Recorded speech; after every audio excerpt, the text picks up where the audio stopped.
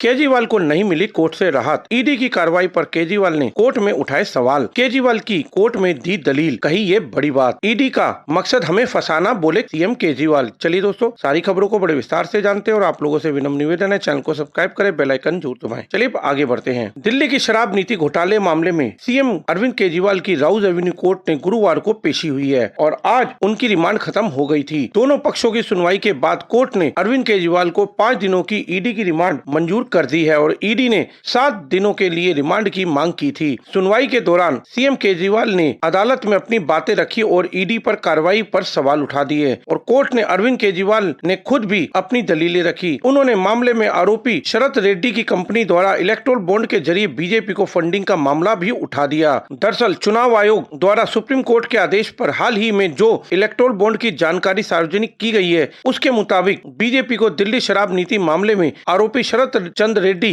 की company Aurobindo pharma ने 52 करोड़ का चंदा दिया था और रेड्डी को नवंबर 2022 में शराब नीति मामले में गिरफ्तार किया गया था। इसके बाद वह पिछले साल सरकारी गवाह बन गए थे। इस मामले को भी केजरीवाल ने कोर्ट में हाईलाइट किया है। हालांकि केजरीवाल ने कोर्ट में दिए अपने बयानों में चंदे की रकम को 52 करोड़ की जगह 55 करोड़ बताया है। केजरीवाल ने कहा है कि ईडी अधिकारियों को धन्यवाद देता हूं कि जो सहयोग कर रहे हैं। यह मामला 2.5 साल पहले से चल रहा है और केजरीवाल ने कहा है कि वह कुछ कहना चाहते हैं। इस कोर्ट में उन्होंने बोलने की इजाजत दे दी। इसके बाद केजरीवाल ने कहा है कि आपको बताना चाहता हूं कि मेरा नाम क्यों आया, मुझे क्यों गिरफ्तार किया गया और ना किसी अदालत में मुकदमा चलाया गया। 31,000 पेज दाखिल किए गए हैं। उन्होंने आगे कहा है कि पहला नंबर, मेरा नाम 4 जगहों पर आया है। आरोप यह है कि सीएम अरविंद केजरीवाल यानी कि सिसोदिया के पूर्व सेक्रेटरी ने मेरे घर पर सिसोदिया को दस्तावेज दिए। मेरे घर सैकड़ों लोग आते हैं। आप मुझे इस आरोप में गिरफ्तार कर सकते हैं। कोर्ट ने कहा है कि इसे लिखित में दें। दूसरा मामला श्रीनिवासन का है, जो ट्रस्ट खोलने के लिए जमीन की बात करने के लिए मेरे घर आया करते थे।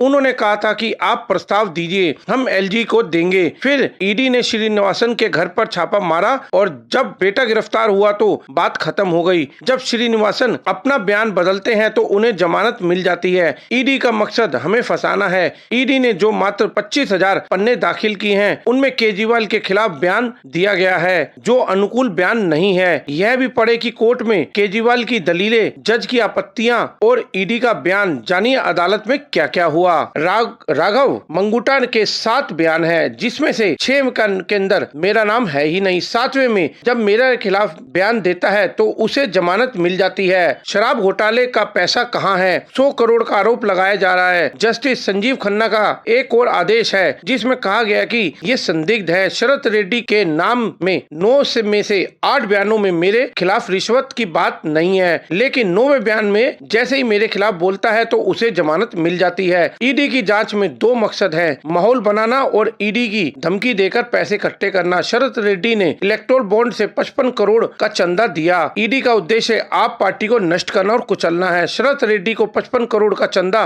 देने के बाद जमानत मिली थी। गिरफ्तार होने के बाद शरत रेड्डी ने बीजेपी को 55 करोड़ का चंदा दे दिया था। बॉन्ड की कॉपी हमारे पास है। 6 जांच उद्देश्य पैसा वसूलना, आपको कुचलना है। 7वां केजरीवाल को कहना कि बॉन्ड की कॉपी कोर्ट में दे। 8वां जब ईडी मुझे अपनी हिरासत में रखना चाहती है तो मैं जांच के लिए तैयार हूं।